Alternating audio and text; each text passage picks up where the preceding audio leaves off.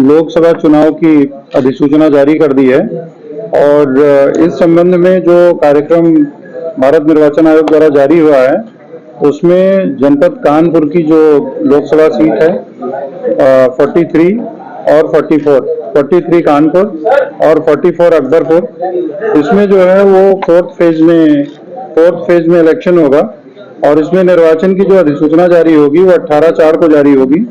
नाम निर्देशन का जो अंतिम दिनांक होगा वो 25 अप्रैल होगा।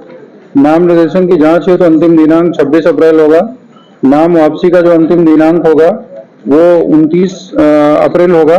मतदान का दिनांक 13 मई 2024, मतगणना का दिनांक 4/6/2024 और दिनांक जिसके पूर्व निर्वाचन पूर्ण कर लिया जाएगा 6 जून 2024। अगर हम अपने जनपद में विधानसभा क्षेत्रवार मतदाताओं का विवरण अर्हता तिथि 1/1/24 के आधार पर देखें तो जनपद में कुल मतदाता 35,76,785 हैं। इसमें अगर आप पुरुष और महिला और जो थर्ड जेंडर है उसको अगर आप देखें तो 19,11,450 मतदाता पुरुष मतदाता हैं। महिला मतदाताओं की संख्या 16,65,126 है और थर्ड जेंडर 209 है। तो इसी तरह से हमारे जनपद में जो इम्पोर्टेंट बात है वो प्रथम बार जो वोटर बने हैं 18 से 19 आयु वर्ग के कुल मतदाता 55,434 मतदाता, ये नए मतदाता जो है जोड़े गए हैं इस बार। इसी तरह से जनपद में कुल 26,478 दिव्यांग मतदाता भी अपने मताधिकार का प्रयोग करेंगे। अगर हम 80+ आयु वर्ग के लोगों को लें तो 53,134 मतदाता जो है अपने मताधिकार का प्रयोग करेंगे। एक अच्छी बात यह हुई है जनपद में कि हमारा पहले जो जेंडर रेशियो 2022 के जो इलेक्शन था उसमें 841 था, प्रति 1000 पे 841 महिलाएं थी, जो 30 अंक आगे बढ़ करके जो इस बार का इलेक्शन है इसमें 871 हो गया है। तो ये एक अच्छा जो है इसमें साइन रहा है। और खास तौर से एक चीज और मैं बताना चाहूंगा कि हमारा जब 2022 का जो इलेक्शन हुआ था उसमें जो हमारे पोलिंग स्टेशन थे वो 3,514 थे और अब की 100 पोलिंग स्टेशन और बढ़ गए हैं, 3,614 हो गए हैं। कहने का अभिप्राय ये है कि बहुत सारे मतदाताओं को जिनको थोड़ी सी दूरी तय करनी पड़ती थी अपने वोट कास्ट करने के लिए, तो 100 जगह हमने ऐसी जो है 100 केंद्र ऐसे हमने बनाए हैं, खासतौर से 100 पोलिंग स्टेशन जो एक्स्ट्रा बनाए हैं 2022 की तुलना में। तो मुझे उम्मीद है कि इसके आधार पर हमारा इस बार का वोटिंग परसेंटेज अच्छा होगा। जनपद में प्रत्येक विधानसभा में एक पिंक बूथ भी बनेगा और इसी तरह से जो है प्रत्येक जो विधानसभा होगी उसमें एक पिंक बूथ भी बनेगा। साथ ही एक पीडब्ल्यूडी, जनपद में एक पीडब्ल्यूडी द्वारा मैनेज्ड बूथ जिसे हम दिव्यांग बूथ बोलेंगे वो भी स्थापित किया जाएगा। जनपद में 2 युवा मैनेज्ड बूथ स्थापित किए जाएंगे। इसी तरह से प्रति विधानसभा एक मॉडल बूथ भी स्थापित किया जाएगा। जनपद में जो कुल दिव्यांग मतदाता है हमारे 26,478 और 80+ जो मतदाता हैं 53,134, इसमें से जो दिव्यांग मतदाता हैं प्लस 85+ जो मतदाता होंगे उनको पोस्टल बैलेट के माध्यम से वोट करने की व्यवस्था की जाएगी। इसके लिए इच्छुक मतदाताओं को 12D प्रपत्र जो है वितरित किया जाएगा और उसके माध्यम से जो अपनी सहमति देंगे फिर उनको जो है उनकी सहमति के आधार पर उनसे जो है उनके घर पे ही वोट देने की सुविधा दी जाएगी। लोकसभा सामान्य निर्वाचन 2019 में जनपद में कुल 3,514 पोलिंग स्टेशन थे और 1,398 पोलिंग स्टेशन लोकेशन थी, जिस पर 34,67,460 मतदाता थे।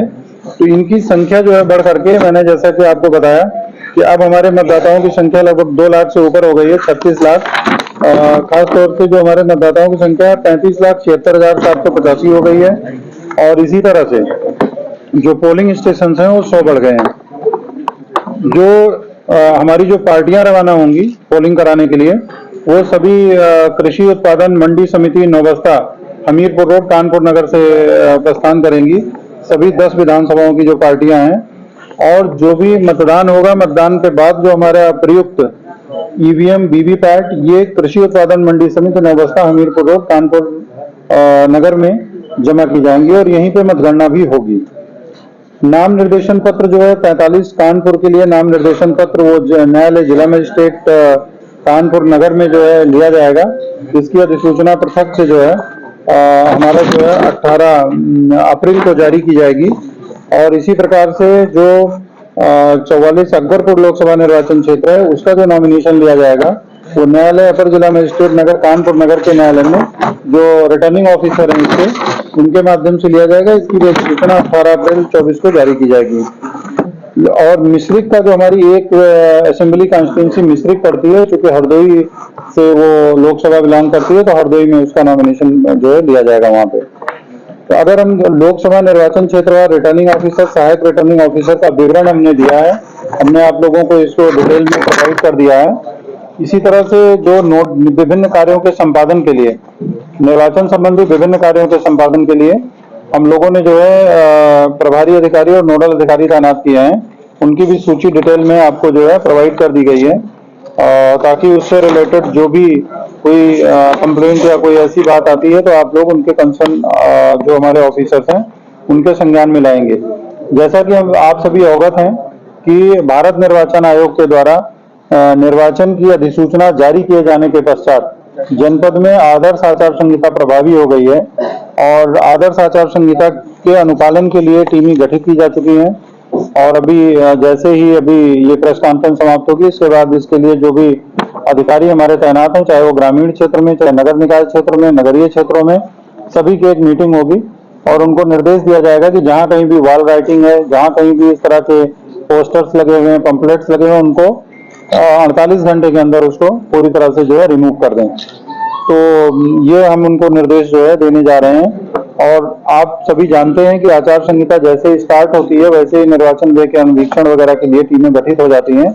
तो भी हमारी जो फ्लाइंग स्क्वाड टीम है वो तत्काल एक्टिवेट हो जाएगी आज से ही। हमारे न्यू कॉन्सेप्ट पॉकेट मनी के साथ और कमाएं अपनी पॉकेट मनी। जल्दी उठाएं अपना मोबाइल और अपना CV हमें मेल करें info@democraticnews@gmail.com पर। डेमोक्रेटिक आई न्यूज चैनल को लाइक करें, शेयर करें, सब्सक्राइब करें और बेल आइकन दबाएं।